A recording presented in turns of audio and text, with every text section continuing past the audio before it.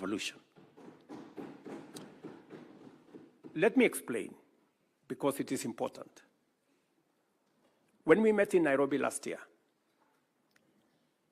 we made a deliberate decision that we were no longer going to be in the corner where we are seen as victims of climate change, and where our big preoccupation is on complaining, finger-pointing, and doing what we've done for many years. That we are going to reposition our continent as a place of opportunity, great potential, and ready for investment. Because indeed, it is no longer tenable for us to continue wearing the badge of conflict and disease and poverty, when in our borders we have the largest deposits of mineral. In fact, 30% of world natural minerals and natural resources are in our continent. We have 60% of all renewable energy resources globally. We have 1.4 billion people market. In fact, by 2025, it is going to be the single largest market in the world. We have 2/3 of the world's uncultivated, arable land that we can use for food security. Ladies and gentlemen, with those kind of resources, it is incorrect to classify our continent as a continent of conflict, poverty, and disease. In fact, as one Nigerian great philosopher said, that until the lion learned how to write their story, all stories glorified the hunter. So it is time for us to write our own story. And our own story is not about disease, it's not about conflict, it's not about poverty. It is about great potential that we have. It is about the opportunities that we have. It is about the investment that is awaiting, and position our continent as the only place where the next industrial revolution is going to happen. And therefore, it is important for you as legislators from EAC to appropriate this position so that together we can push a new narrative for our continent.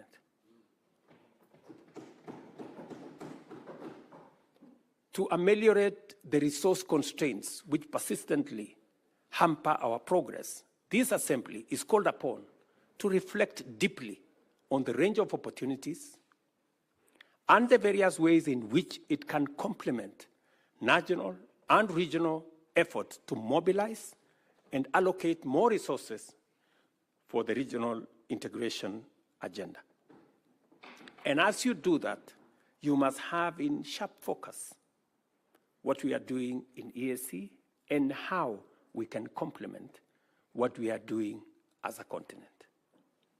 In particular, I challenge you to apply your deliberative bandwidth to the forthcoming World Bank Group's International Development Association, IDA Summit. And let me explain what we are going to do in this summit.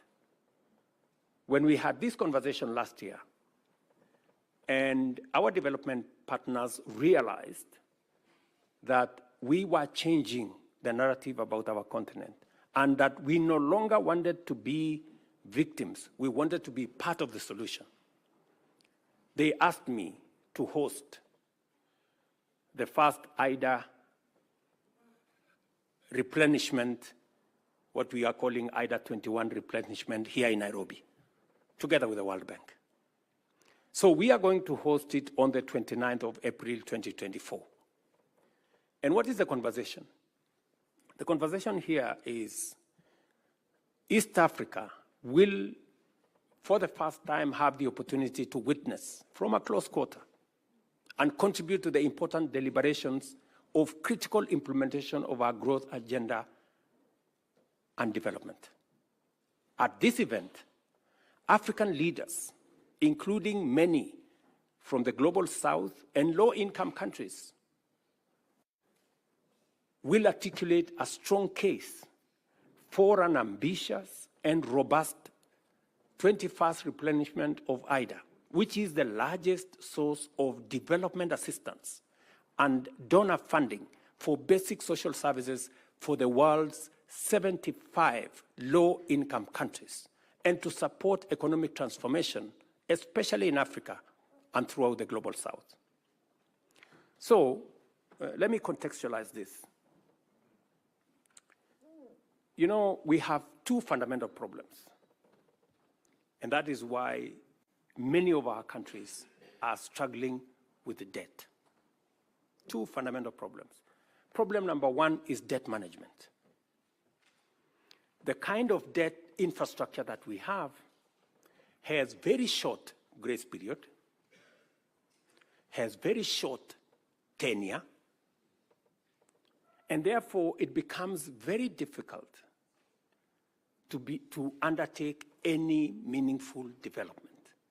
Our position is that we should increase the grace period for money borrowed for development, not 3 years, maybe 10 years.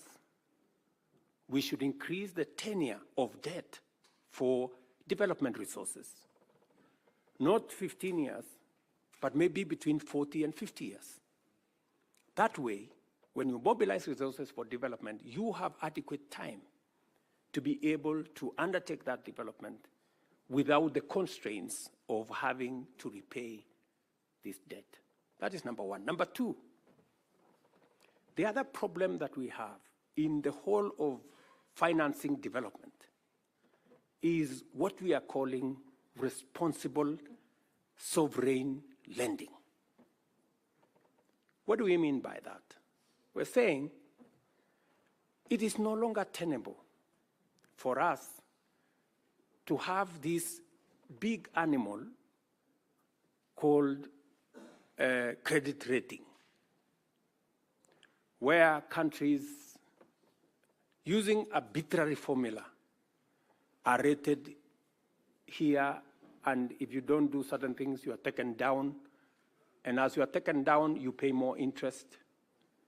It is also, we need to have a conversation about credit rating agencies, and we need to have a conversation about risk assessment. Because there is perceived risk that becomes larger than real risk. And that perceived risk is pushed by certain quarters to make Africa uncompetitive. And that is the reason why, while others are accessing development resources at 1 or 2%, most African countries are accessing development resources in markets at between 10 and 15%. Explain to me, honorable members, if one set of countries are accessing development resources at 1, 2%, and another is assessing between 10 and 15%. Is it realistically possible for us to grow at the same rate? This is the conversation we must have, you know? And we must remove this arbitrary unfairness, you know, this arbitrary unfairness from global financing. And that is why we are saying we must have a thorough conversation about the reform of multilateral development banks and the whole international financial architecture as a whole. When we started this debate a year ago, we looked like mad people. But I promise you, today, in every meeting, everybody has come to the conclusion that there is a problem with the architecture of international financing. And the conversation is no longer if, the conversation is when are we and how are we going to reform it. And that is why it is important for institutions like the East Africa Legislative Assembly to apply your mind to what kind of contribution are you going to make in this reform that is going to make our economies access development financing. It is the only way we can make meaning to our development. The last IDA replenishment, for example, in 2021 raised US dollars 91 billion, which was disbursed to eligible beneficiary countries over a period of 3 years. The Kenya Summit that we are holding in April aims to highlight to donors and other development partners critical priority target areas of development financing in Africa and in our region, make the case for a significantly higher level of financing in IDA 21 cycle, and support East African countries to effectively address development challenges and exploit the huge opportunities that we have in our region. This is the candid conversation we're going to have. And I am very confident that the fact that World Bank accepted that this was a necessary exercise confirms to us that somebody somewhere is listening to what we are saying. You know? And our position is, it is not going to be done until it is done. Yes. I have invited my fellow heads of state and government to participate in this highly important platform. Being confident of this Assembly's capacity to facilitate transformative interventions, I urge you, honorable members, to join this course and formulate your contributions to this endeavor with urgency. Give some imagination, put in it some ambition, so that together we can push an agenda that is going to support all our economies. I am highly obliged to you, Honorable Speaker, for inviting me to address this Assembly. I do not take your consideration for granted, and I believe we're going to have a discourse that is going to be beneficial for all our countries. I wish you all, honorable members, productive engagements, insightful debates, and fruitful deliberations as you usher in the third session of this Assembly. Feel at home while you are in Kenya. It's called magical Kenya, the home of all humankind. And I urge Honorable Omar Hassan, Chair of the Kenyan chapter of the Assembly, to use this session to introduce you to the warmth and hospitality of our country. And I urge you, Honorable Hassan, to make that only in places that are licensed. And in no other places. So, honorable members, I really wish you well while you are in Kenya. And maybe by conclusion, the Speaker did make reference to what we are doing as East Africa. To give you the impression of what East Africa is doing, and therefore you must be very proud people that East Africa, in our continent, is the most progressive community. Our trade, intra-trade between East African countries is the highest in the African continent. We are providing the leadership, and therefore you occupy a very special place. And I want to urge you to continuously apply yourself to this huge responsibility. You are not only doing this for East African citizens, you are trailblazing for the continent of Africa. So continue with diligence but also a pace to make sure that you help us move the continent together. It is the reason, for example, why, as members of the summit in East Africa, as you're all aware, the chair of the AU is coming up next year as the term of Musa Faki, our current chair, comes to an end. It is going to be the turn for East Africa to provide the chair of the Africa Union. We have sat down in the spirit of the East African community. We have consulted as heads of state from the East African community together, and we have agreed to sponsor one candidate as East Africans. As East Africans, because that is the strength of our community, that we can do things together and we can consult amongst one another. So it speaks to the spirit of the leadership that is being provided by our region. Ladies and gentlemen, I want to thank you very much. May God bless you. May God bless Kenya. May God bless East Africa. And thank you very much for listening to me. Asanteni sana.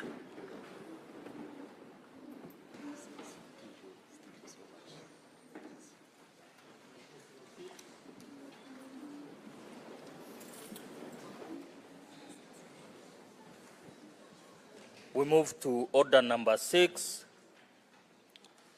vote of thanks. Thank you, Your Excellency, Mr. President, for your great speech, statesman. We have learned, and as members of East African community, we'll have to implement many of your guidances. Now it's time for Honorable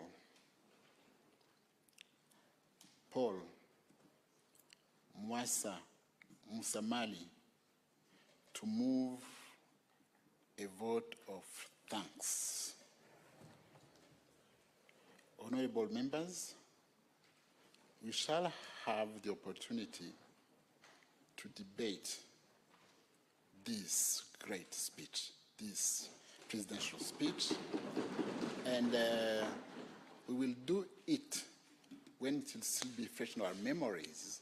It will be done tomorrow morning, the whole day. From morning till the end, we'll be debating this great speech. So, Honorable Musamali, you have the floor.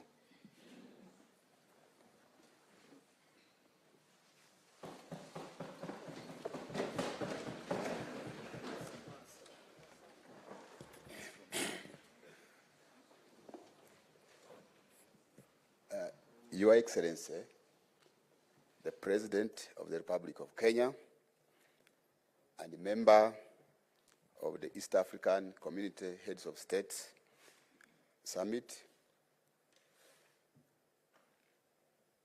Mr. Speaker, allow me, in the interest of time, to stand on the protocol as you already observed. I also want to take this opportunity, Mr. Speaker, to thank you and the members of IALA for entrusting me to move this vote of thanks. Your Excellency, as already mentioned, my name is Paul Musamali. Among your people, where I come from, that is the Bukusu of Uganda. They say that when a big drum sounds, the small one cannot be heard. Now I'm conflicted because you have sounded a very big drum. But let me seek your indulgence and permission because of this wonderful and elaborate speech you have made. You allow me sound this small drum to thank you for this very important speech.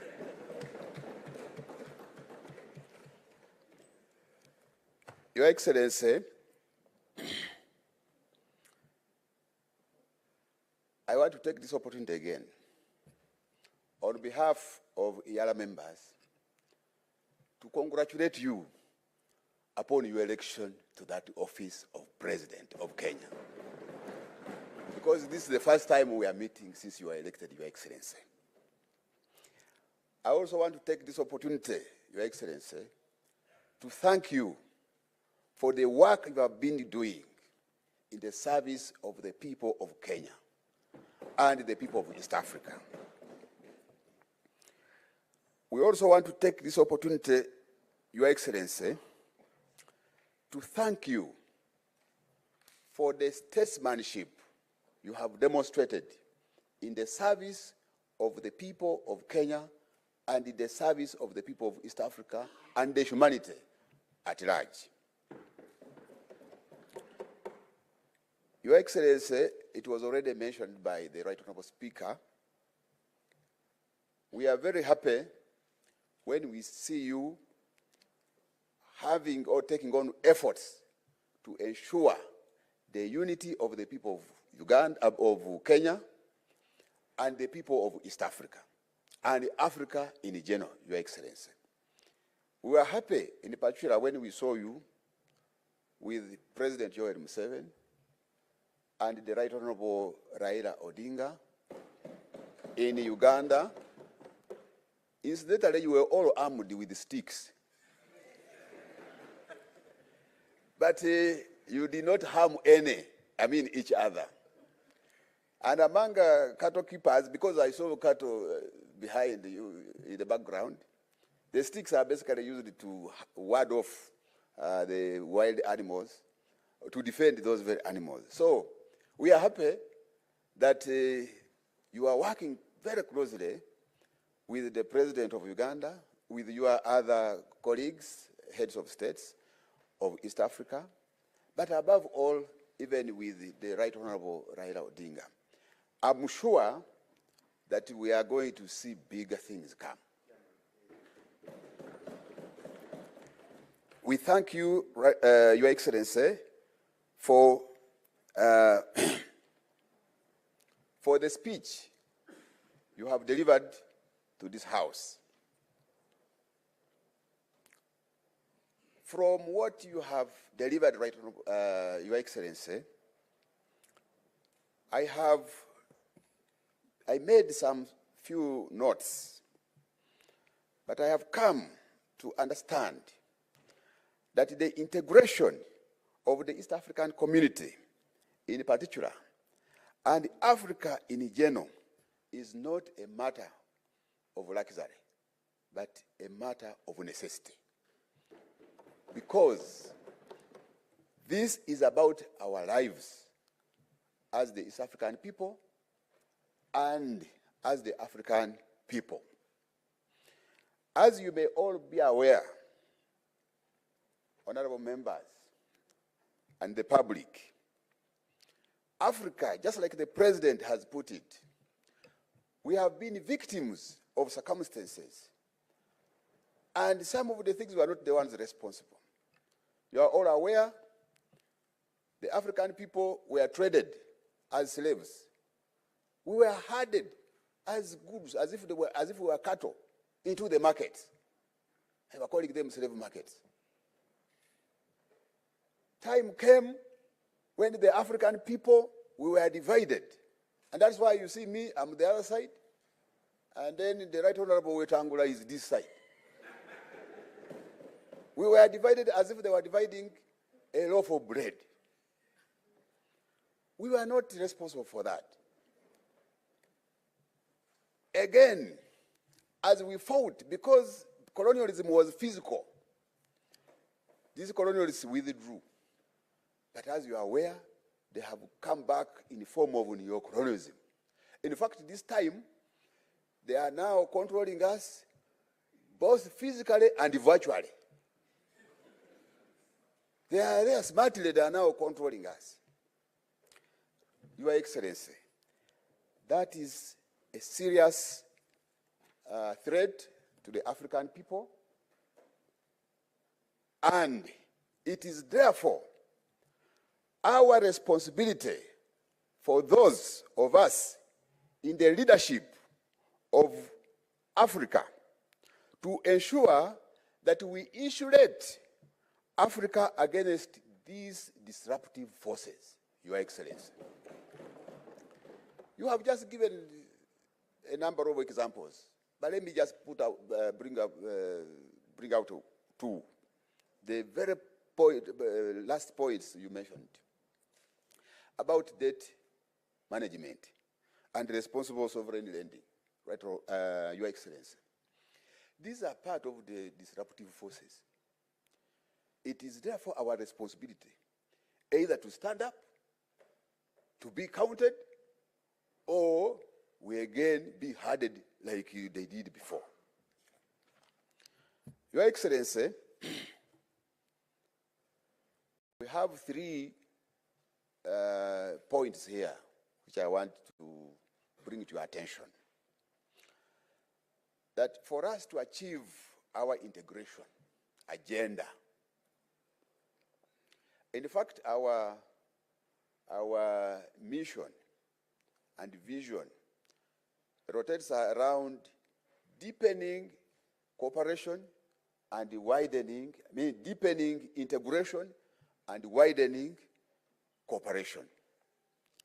But it will take us to sacrifice if we are to achieve our integration agenda. Your Excellency, I want to bring to your attention three issues in as far as the integration agenda of East Africa is concerned. And you have talked about them. But while you are addressing us, you again gave us an assignment that can someone summarize what you have said?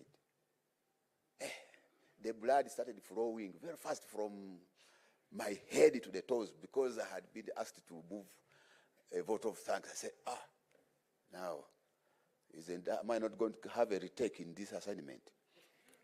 But let me put it right on, Your Excellency. In East Africa, so far as noted, we have made tremendous achievements. But if it were a child, we haven't started even crawling.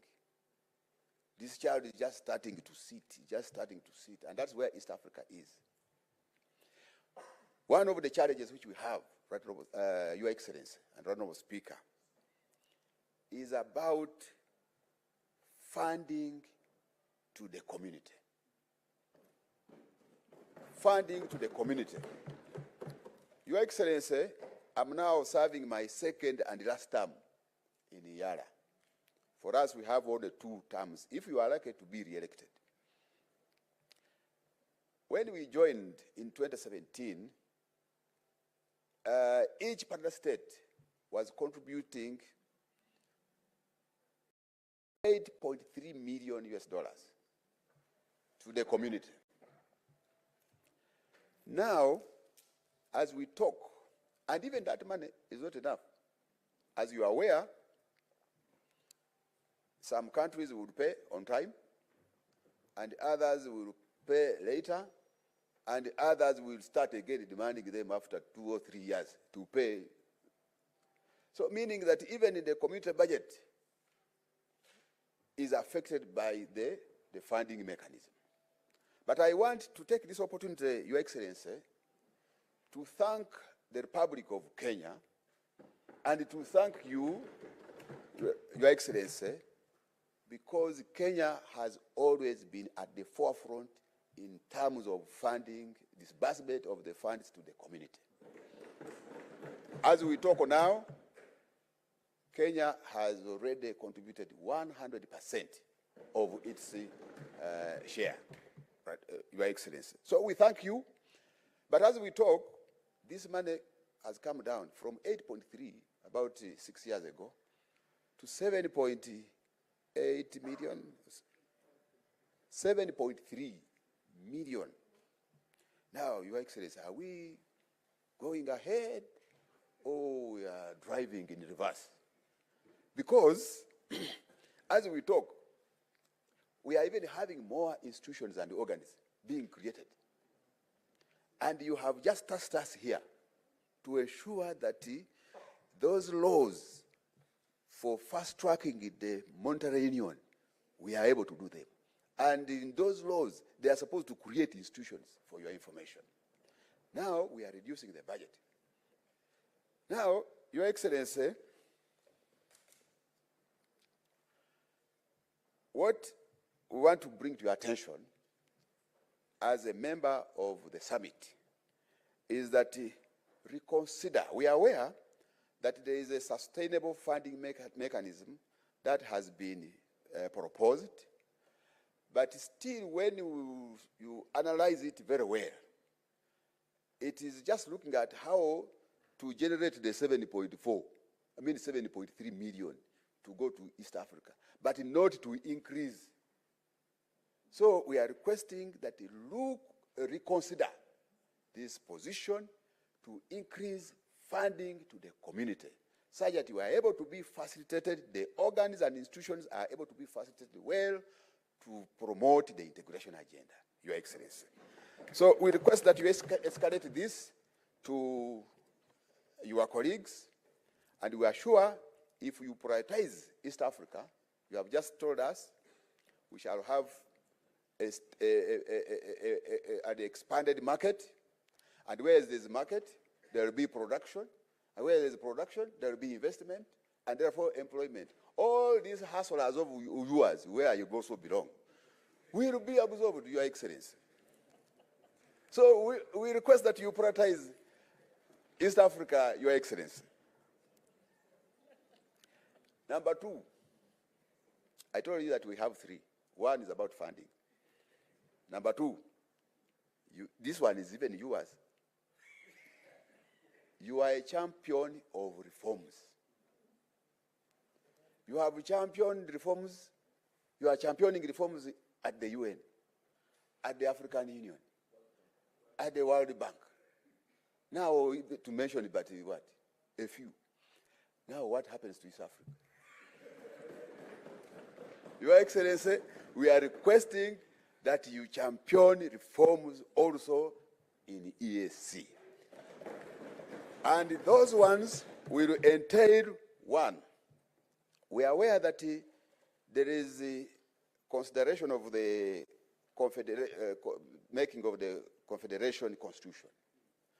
But that one is going to take time. You have even just appealed to colleagues, South Sudan and elsewhere, to ensure that they go and mobilize the population and governments to participate in their proposals.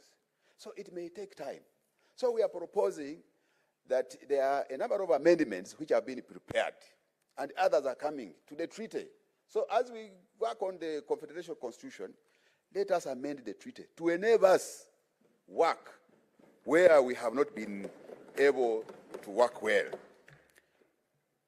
IALA is not autonomous, Your Excellency. We are requesting that make IALA autonomous, such that we are able to have the power and the ability to bite. We are supposed to oversight the institutions and the organs of the community. But these are the very ones who are facilitating us, who are deciding where to go and when. So we end up becoming toothless. I don't know, someone can conclude it. But ideally, we are almost becoming toothless dogs, because we can only maybe bark, but biting becomes a very big problem. Your Excellency, the same applies to the East African Court of Justice. It is also not autonomous. We are operating, and to make matters worse, they have even put us in the same building. The IALA Court and the EAC Secretariat, which is the cabinet, we are there together. Now, every time you want to oversight the Secretary General, you collide with him in the corridor. And then he says, what is happening? Mheshimiwa, is everything okay?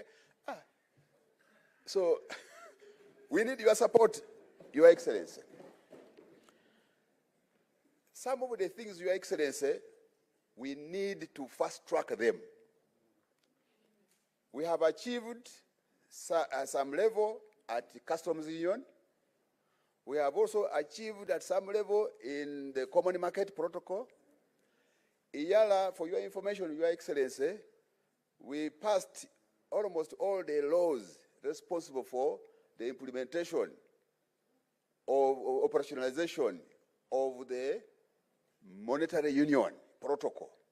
However, some of the bills were returned for reconsideration.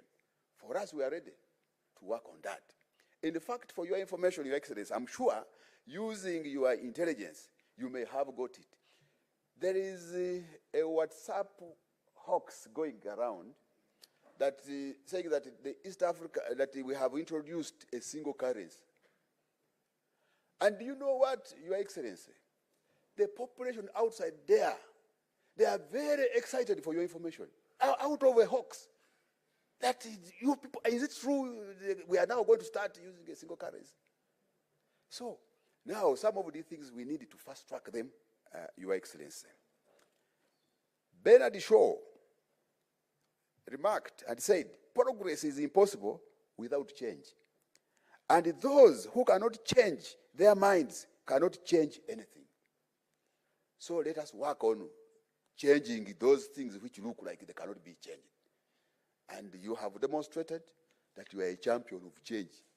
Your Excellency, for your information, when they were counting votes and tallying them to be announced, myself and my wife, we didn't sleep. We were following it keenly. And when they announced you as the winner, Your Excellency, we celebrated. I don't want to say what followed next, but we celebrated. So we have been admiring you. We are your supporters, even when we are across. If we had the opportunity to come and vote, we would have done it. But we are happy that you won, and you are championing reforms and change. Be part of East Africa. You are already there, but ongeza moto. Lastly, it's about human resource in EAC. Your Excellency, in each and every organization, the human resource is the most important thing in any organization. And I want to bring this to your attention, that there is a need for all of partner states' governments to ensure that when you are deploying people in the service of the community, it should be people who are ideologically oriented and clear about the mission and the vision of the East African integration agenda. Otherwise, if we just deploy for the sake, or if we don't pay attention to whoever is being deployed at EAC, right from the Secretary General to the lowest cadre, Your Excellency, we risk employing merchants. They are just going there to look for money. We risk employing corrupt people. They will go there and they start squandering, the very dwindling support which is going there, it will still be squandered.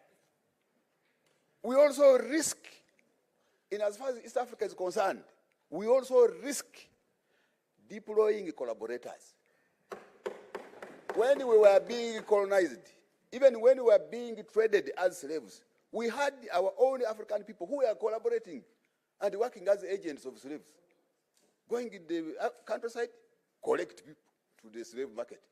Then in collaboration, others worked together with the collaborators, and with the colonizers, and we were colonized. So that is the same at the community. Today, Your Excellency, and the Secretary General is the focal point, is the center, is the accounting officer in the community. And the current holder is you, Mr. President. So I want to implore you, Your Excellency, that you take keen interest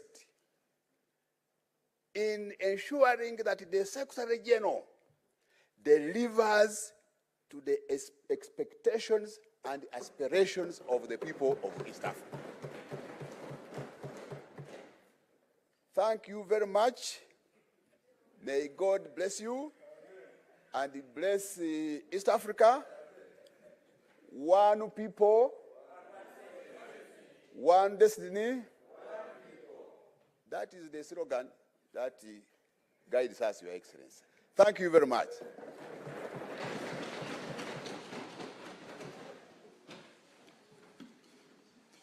This is Honorable Musamali.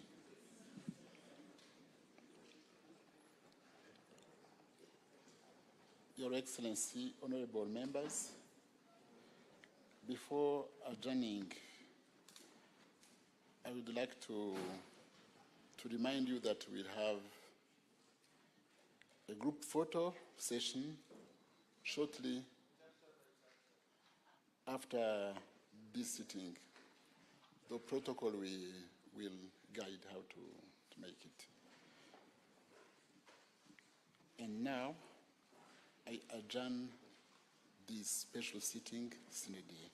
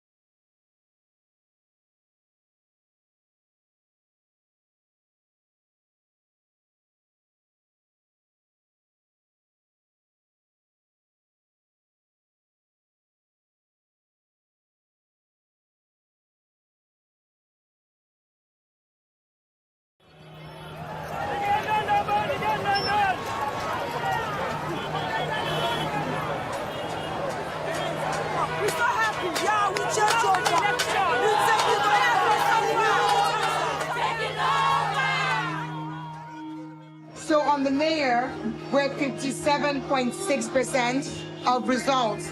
We have a long way to go. Got some water coming upstairs. I know it's hot here. Please keep inputting.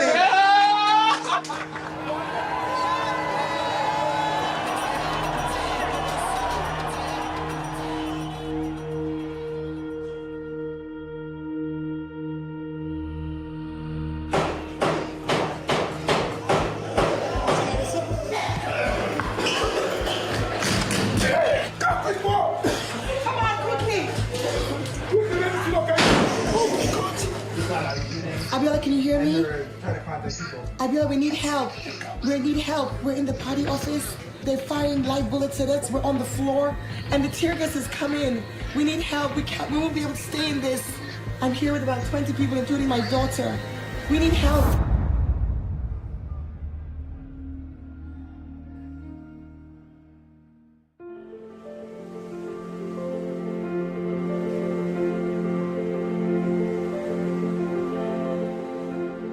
My city, Freetown, nestled between the Atlantic Ocean and a mountain range The natural landscape is beautiful, but I think Freetonians are beautiful too.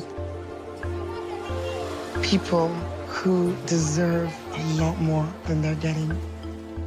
We've had war, we've had corruption, and then we had Ebola. Now we're fighting for democratic freedoms. I've been mayor of Freetown for the past 5 years, during which time my party has been in opposition. I promised I would work to transform Freetown. I know I can do more because I've spent 5 years with my hands tied behind my back, with investigation after investigation. And the government is the one that took me to the ACC, Anti-Corruption Commission, to Parliament, did a special audit. My tenure has been marked with probably the highest level of intimidation and harassment that any politician in recent years has experienced.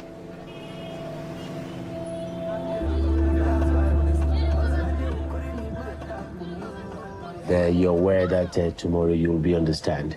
Yes. As the first witness? Yes. In your case? Yeah. All right. You remember the charges? I do. Disorderly behavior and obstructing police duty. Obstructing police duties. I was just about to board a flight with my counselor.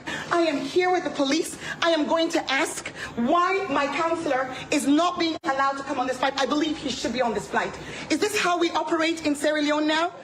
I mean, it is ridiculous for me to be in court over a Facebook Live, even if, hypothetically, I raise my voice. It feels really disproportionate. It is your time to put the record straight as to what happened according to you. So be calm, don't get agitated, and don't get upset, okay? The ministry wants to condemn that sort of behavior when the police were actually doing what they was within their mandate. My sister was told by someone, the words were, we go yagbam, we go keep them busy. And that's exactly what they've done. If you're busy, you can't work. The rest of my time was with lawyers, with this case, with that case. And I think that's what they want. I feel like hunted animal. Like literally, I feel like I'm a rabbit and the foxes are after me. As mayor, first 2 years were kind of okay. There was cooperation with the government. But in response to me speaking out against things that I felt were wrong, things that I felt were not in the interest of the country, I came under enormous attack.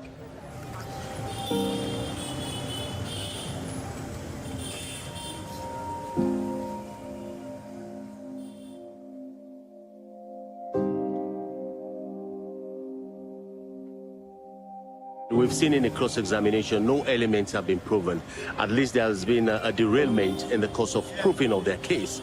But it's a political case, we will say. It is a case to undo the nerves of the mayor and then get her distracted. She is my sister. I am 1 year, 11 months older than she is. It's painful to see somebody who you know or you have known your whole life, who has stood up for right, who fights for the truth. And to see her put in a position like this is actually very frustrating, very challenging.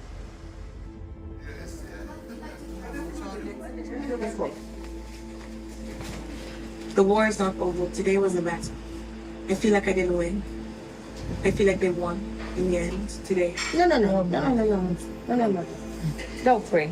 Yes. Mommy, no, pray, please. Mom? Wait, Keith, can you come and shoot? Wait. This day has finally come, the day that Yvonne takes the stand. We thank you, Father God, because our hope and our faith and our trust is not in man. There was no accident that you were born Sierra Leone. So we're not going to change Yvonne from who she is. We're going to use who she is to equip this nation to see your vision. Our nation will rise again. We pray this, believing this in the mighty, most precious name of Jesus. Amen. The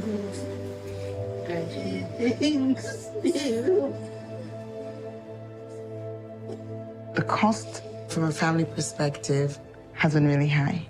For Keith, for the kids, for my parents, for my siblings. And so there are moments like that where I guess, you know, family members would feel like, is it really worth it? The fact that they agree to support me, the fact that they choose to support me, doesn't mean it's easy for them.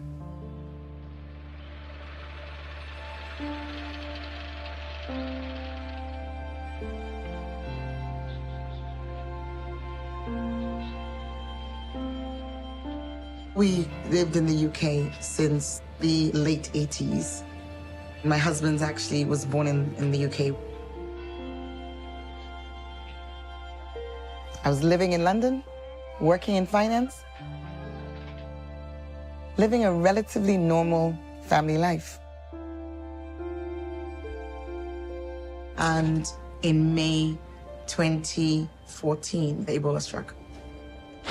It is one of the world's deadliest viruses. The latest outbreak and spread from here in Guinea to